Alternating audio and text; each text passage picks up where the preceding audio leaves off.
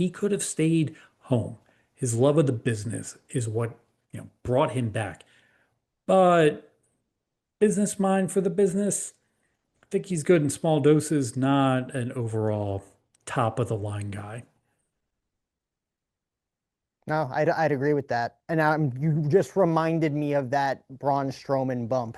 Because like you can look at the WrestleMania 32 jump off of Hell in a Cell or jumping off of Hell in a Cell against Kevin Owens, where Sami Zayn had a split second to pull Kevin Owens Yeah. up, or else all three of them would have been dead.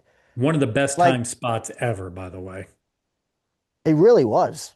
I mean, you hear all three of them talk about it in interviews at one Yep. point, being like, you can't even rehearse that. Like, you Nope. really have to. If you don't get it, Timing has to be perfect. I mean, it's insane. But to me, that Braun Strowman bump is unpredictable as hell just by the way that he flipped. yeah, Like you are fully giving Braun Strowman complete everything. control and utter trust of everything on the top of that steel cage that night. When you think about you're landing in a ring, you're not landing on a crash pad, you're not landing, and hate to break the bubble for everybody, but when that table gets out there, the table's reinforced. A lot of it's going to be soft padding. It still hurts to land on, but there's nothing like landing on a professional wrestling ring. And when you're taking that bump, you are in full faith that the opponent you're with is going to take care of you, but you also have to make sure you're going to be landing correctly. And that a lot of that is on you. It is not fun to do so. I have taken way too many and not nearly as big bumps as Shane McMahon is, and every single one of them sucks. But doing that on that stage to prove that you're going to get him over, he doesn't have to do that. He's a millionaire. No one has to do that in their right state of mind, and that's Shane's love of the business. It's nuts to me the stunts that he was able to pull off. And I don't think he got enough credit for it, and I don't think it would have carried on because it was the COVID era. But the whole Raw Underground uh, movement that they had there for a few months, Yeah, I don't think it would have lasted. But like I feel like that was almost like a Shane McMahon run creative thing. Like, let's try 100%. this. Uh, the Thunderdome, decent idea. It gets fans involved. At least you kind of like see all the Zoom calls, right? Though some people took advantage of that with like a Chris Benoit photo or, like something that was kind of inappropriate. But like the whole underground thing was really Yep. cool to see. And Yeah. it brought out some of the young and underutilized talents that weren't getting TV time. One of my favorite parts of the Thunderdome, and I think is one of the more underrated, is that you were able to get involved. You were able to be a part of the show that you really weren't able to do before. And to me, that's one of the cool things about professional wrestling. Sports fan, baseball, football, hockey, basketball, all of it. If the crowd's into it, it's great. False start here, all sides there. But if you don't have a crowd in professional wrestling and you don't have a baby face, you don't have a heel, you're feeding off that reaction. You can go out there and do a bunch of spots, you can do a bunch of moves, you can do all that stuff. It's not going to be entertaining the silence. It's so important to have a crowd that can get pulled into what you're doing and how you're doing it. The best matches have a great crowd. There's a reason for that. You don't hear about these great matches where no one was reacting. Will they take some time to get into it? Sure. But when you had the Thunderdome, and I'll tell you this, WWE talent at the time told me it's the best thing and it's the worst thing. If we mess up, no one knows about it. We're taping everything. But they're dictating who's getting a reaction and who's not getting a reaction. They're pressing the button and they're going to make this guy the most hated heel. He sounds like everyone's getting booed. They're controlling that. And when you came out of that pandemic, people are going to hate when I say this. A lot of fans were following along with what they saw on TV and they got what they wanted. Everyone wanted to cheer Roman Reigns when he came back, but good thing he came back to an empty arena where the button pressed heel. That is one of the biggest parts of the Thunderdome that has now bled into what the product is today. Everyone wanted to cheer Roman Reigns. Roman Reigns went away because he was sick. He was afraid of COVID. He wanted to make sure his body was good. Don't blame him. If you are performing in front of a crowd and that's his return, he's going to get that cheer because everybody wants to be part of a moment.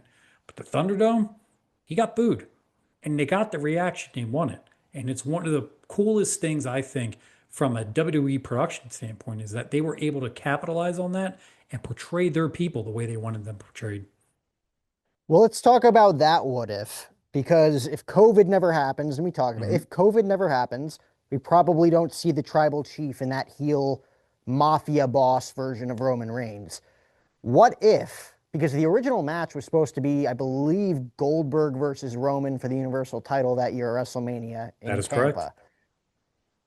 We briefly discussed this. Not a lot of wrestling fans like talking about this. It's taboo. If you bring it up, people just scoff. But like we talked about Goldberg beating Bray Wyatt in Saudi Yep. Arabia, right? As one of like the worst booking decisions of all time. Ever. What if COVID never happens and that year at WrestleMania we got, which would have made more sense to me anyways, storyline wise, if you really look at it from a long-term storytelling perspective.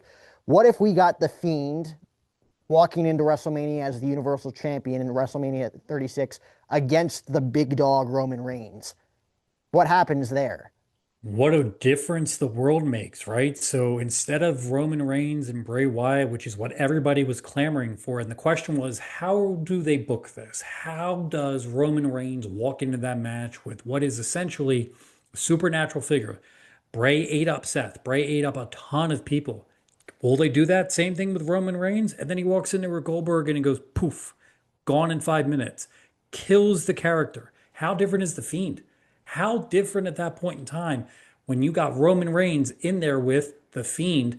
Does Roman dispatch Bray in a quick amount of time? Does Bray eat up Roman? If Bray eats up Roman, no way we get the tribal chief. No way we get everything that goes along with it. No way Paul Heyman is back with Roman Reigns at that point. It's a blessing and a curse.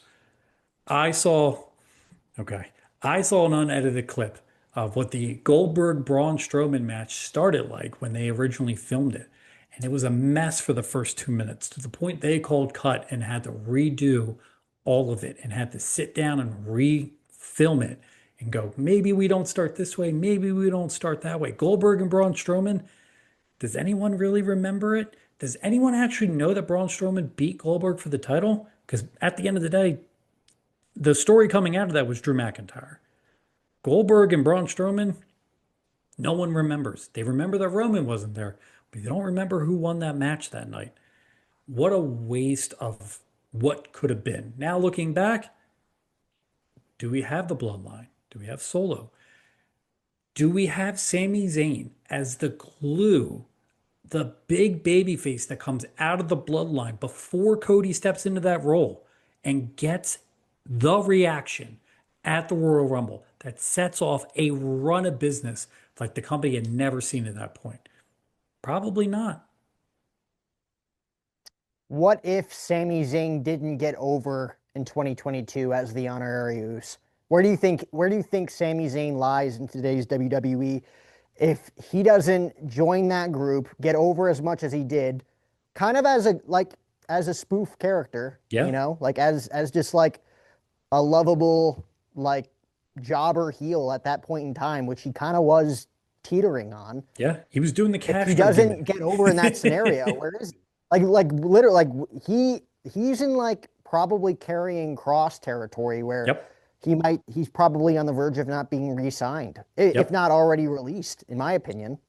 When you think about that, Sammy doesn't attach himself to Bloodline. Let's say his contract expires. AEW would have scooped him up in no time with their connection. El Generico, the Young Bucks, PWG, all that connection. Sammy's career in the WWE is defined by the Bloodline and Kevin Owens. So at the same time, Sami Zayn, who gives everybody that edge, I'm here to be the lovable guy. I'm here to be he's not Use enough. That moment doesn't get enough credit for what it did. It made Jay break, it made Roman break, it made them look human, it made them look like the family they were portraying themselves to be. Without that moment in front of that crowd, that reaction, that's a 35-minute segment. You look back at that, 35 minutes of SmackDown is the tribal meeting. What do you remember? It's Sammy and Jay, not Roman. Roman's face, yes. But you remember Jay saying, I don't give a damn about what the tribal chief thinks. And then Sammy following back up with it, he's not feeling very oozy. That's the story. That's the moment. That doesn't happen without Sammy being put as that foil. You got to remember, he was the Castro character. He's running around with the green hat, the green vest, until he gets, a couple minutes of screen time with Uso here, couple minutes there. That whole connection doesn't happen if they're not just having fun booking stuff that they were enjoying. Does Sammy go to AEW? How different is that? Does Sammy and Gunther have the match they have at WrestleMania? That moment of Sammy swinging that chair at the Royal Rumble, the Elimination Chamber. To me, one of the missteps I thought they did in the booking is that Sammy should have won that match. In my heart of hearts, Sami Zayn wins that match, is the babyface going into WrestleMania. I know that Cody lost and the story and all this, but man, Roman beating Sammy in a rematch at WrestleMania while Cody probably wins the other title, what a story that could have been. That could have been an elevation of Sammy to another level. And it gives Roman, a little bit of, is it the 1,000-day reign and all that? Do I think that ever played a moment into earning a dollar? I don't. I think the bloodline was the story. It's great that he was a 1,000-day champion and all this, and you had the t-shirts and the merch. But man, Sami Zayn is a babyface champion going to WrestleMania. The story is Sammy, like Kevin Owens in the background. I think that was the real story. And I think they actually missed lighting a country on fire. They could have toured Canada for years based off Sami Zayn, former world heavyweight champion, as that heroic babyface. He's Bret Hart in this generation, to me. Money, That's a money could have been flushed down the toilet there. interesting because like if you look back at that timeline, that was the peak of the whole Bloodline era. 100%. uh, that Sami Zayn era and going into WrestleMania 39. And if I recall correctly, the World Heavyweight Championship hadn't been introduced until after WrestleMania 39. So Possibly. Cody winning the Rumble, it's like he had to go after the WWE Championship. So like you would have had to have some sort of Zayn versus Rhodes or Zayn versus Reigns versus Rhodes Something. matchup. It definitely wasn't a part of their plan for Sammy to get over as much as he did. Like Sami Zayn was the Daniel Bryan, he was what Cody Rhodes was at WrestleMania 40, Yep. right? When Rock was going to come in. And that's honestly a good what if too, That's a because great what if. what if Dwayne Johnson does not listen to the WWE universe and just books himself in the main event, Rock versus Roman? Is it still the most jam-packed, revenue successful WrestleMania of all time? Absolutely. WrestleMania Yes. 39 was, of course. WrestleMania 40 was. WrestleMania 41 is now the most successful